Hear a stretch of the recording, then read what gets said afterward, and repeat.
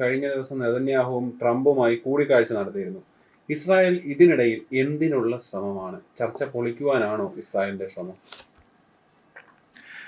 ഇസ്രായേലിൻ്റെ അജണ്ട എന്താണെന്ന് ലോകത്തെല്ലാവർക്കും അറിയാം. ഇസ്രായേലിൻ്റെ അജണ്ട, ഇസ്രായേൽ ഇനിയുള്ള അവശേഷിക്കുന്ന പശ്ചിമേഷ്യയിലെ ഇസ്രായേലിൻ്റെ ശത്രുവായി പരിഗണിക്കപ്പെടുന്ന രാജ്യമാണ് ഇറാൻ. ആ ഇറാൻ എന്ന് പറയുന്ന രാജ്യത്തെ ഇല്ലാതാക്കുകയോ ഇറാൻ്റെ ആണവ പദ്ധതികളെ ഇല്ലാതാക്കുകയോ ചെയ്യുക എന്നുള്ളതാണ് ഇസ്രായേലിൻ്റെ ഒന്നാമത്തെ ലക്ഷ്യം.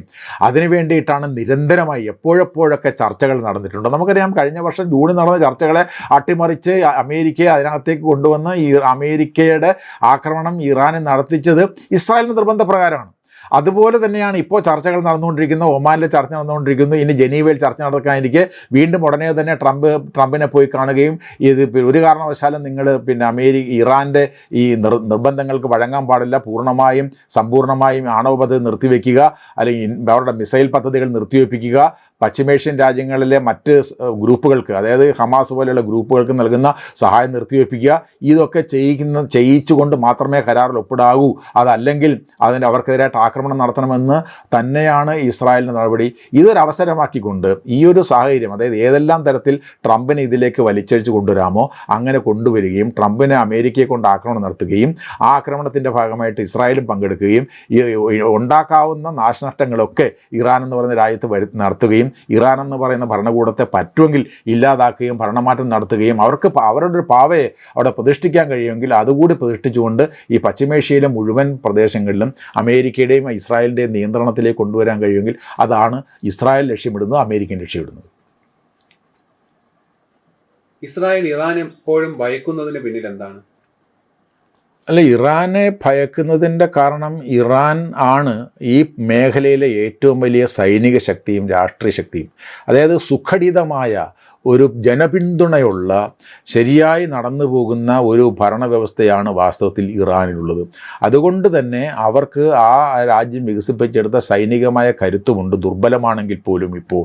അപ്പോൾ അങ്ങനെയുള്ള വളരെ ശക്തമായ, വളരെ സമ്പന്നമായ സംസ്കാരമുള്ള രാജ്യം, ഒരുപാട് റിസോഴ്സസ് ഉള്ള രാജ്യം, ആ രാജ്യത്തെ ജനങ്ങൾ ഈ പറഞ്ഞ പോലെ ഭരണകൂടത്തിനെതിരായിട്ടുള്ള എതിർപ്പുകളുണ്ടെങ്കിലും ആ ഭരണകൂടത്തോടൊപ്പം നിൽക്കുന്ന വലിയൊരു ജനവിഭാഗം ഇപ്പോഴുമുണ്ട്. സ്വാഭാവികമായിട്ടും അങ്ങനെയുള്ള ഒരു രാജ്യം ഈ പശ്ചിമേഷ്യയിൽ നിലനിൽക്കുന്നത് ഇസ്രായേൽ എന്ന് പറയുന്ന രാജ്യത്തിൻ്റെ താല്പര്യങ്ങൾക്ക് എതിരാണ് എന്ന് ഇസ്രായേൽ കണക്ക് കൂട്ടുന്നുണ്ട്.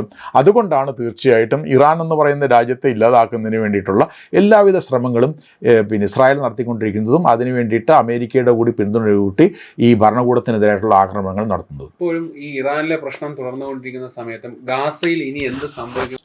ഗാസ വാസ്തവത്തിൽ നമുക്കറിയാമല്ലോ, ഈ കുടിയേറ്റ സാമ്രാജ്യത്വമാണ് അവിടെ നടന്നുകൊണ്ടിരിക്കുന്നത്.